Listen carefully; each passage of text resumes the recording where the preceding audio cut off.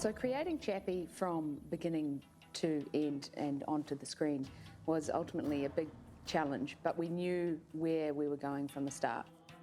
We got the original concept art that Neil spent months working through with Weta, sent to us as sort of 2D sketches. And then rather than building them practically first, we actually fully realized them three-dimensionally at Image Engine. It's one thing to sketch something out on paper. It doesn't always translate. Like you could sketch it and then it's like, wow, I can't actually raise his leg because this piece of metal's in the way. We started sharing our digital models with Weta Workshop, and then there was another back and forth between the two of us that would further refine the design because they obviously had to build a practical model, and there were some things that we would do and they'd be like, that structurally won't actually work for us, his leg would fall off. And so we're like, okay, and we'd go back and we'd tweak things. And we had to build most of the pieces in 3D to be 3D printed, so they had to be solid objects that fit together. The screen they were going to put in, the head had to come apart so they could put it together. So hardcore industrial design, you can't cheat. We had to build this thing to spec. We looked at a lot of reference, and they needed to see how a certain shoulder or how the waist would pivot or the neck, or what kind of mechanism needed to be built to drive those pistons or whatnot to make them work. No ball joints was a really big thing that Chris didn't want to see in anything, because that's was a cheat in his mind. The pipeline that they already had worked out for District 9 was able to be transposed for us for Chappie. It's just a case of doing that same process with the main character on set in a grey suit and then them animating over top of that. That's where Image Engine really comes into play, where they basically create Chappie from the palette of what Sholto has given them. Sholto is acting as a robot, but behaving in human terms. So he does, things that people would normally do. He interacts, he drives cars, shoots guns. Some of those things we totally take for granted, and the nuances of some of that stuff, even set decoration choices, play huge roles in the visual effects. Inside of the de-Antwoord van, they chose these leopard print fuzzy seats, which, from a visual perspective, sure, they're neat, but for a visual effects artist who has to go and reintegrate Chappie's holding these things and painting out Sholto, it's a huge challenge. The most challenging part of doing that look development on Chappie was to make him wet in one sequence of the movie where he gets rained on. The raining scene, the King Crime Den, just making that look real. There was a lot of 2D enhancement on top of the CG, restoring the rain.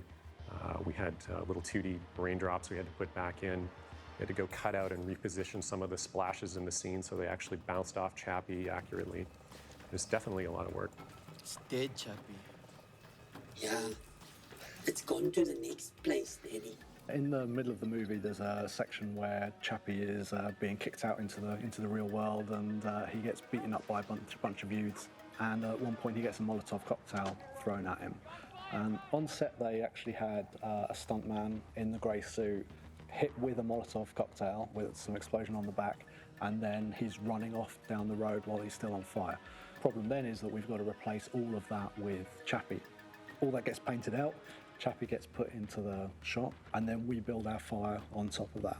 There's not just the fire, there's the liquid of the petrol that's in there. We did have to look at reference to see what exactly burning metal looked like. We had a lot of footage of things like riots and so forth with burning cars and things like that. What's interesting with that shot is you can kind of see a lot of the different aspects of Chappie's shading. You can see how the brightness of the explosion reflects off his body armor. The lights on his shoulder, the highly reflective interior parts of the lights, will be much more reflective. I authorize the launch of the Moose. Repeat, I authorize the launch of the Moose.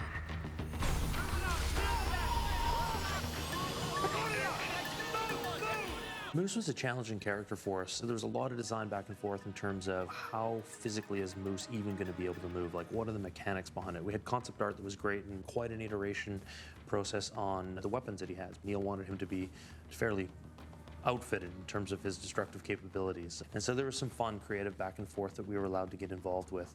The Moose sequence is a little bit different because you can't have a gray suit performer that's standing there that everyone's reacting to or that we can even reference. The art department made a giant huge plywood cutout that we painted gray that was kind of a cross section, you know, a front on and a side view of the silhouette of Moose.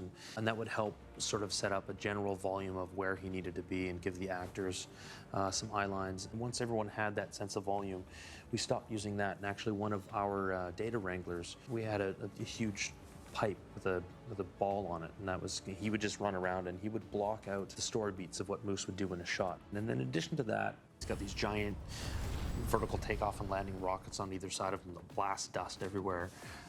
So there was a lot of help from the special effects crew on set, you know, blowing things around with wind machines and things like that. We got an idea of what the Moose looked like, but we had these one of those hover choppers that had a camera on it, up and down. So we had to try and imagine the size of it when we had a little helicopter about this big, you know, giving us an idea of where our eye lines and that should be. If you get the movement wrong, you quickly lose scale, you lose the ominous sense that you've gained throughout the film, seeing him standing there and seeing these big guns and all this. He's a tank, essentially, on legs, so you want to have a real good sense of weight.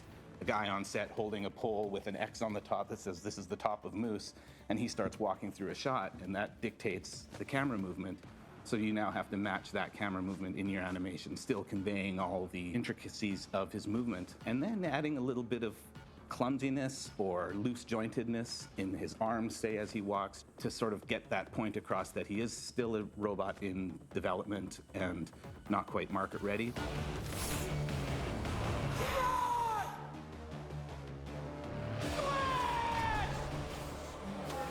This morning, we're going to replicate Moose exploding.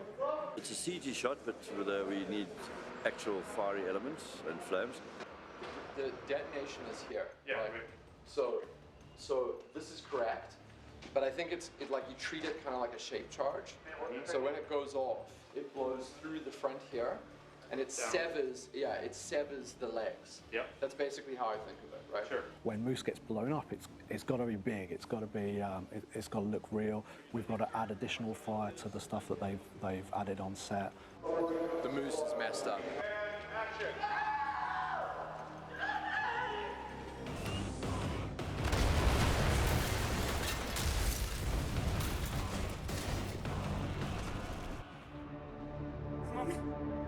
Ultimately, the true test for Chappie will be if people forget that he's CG.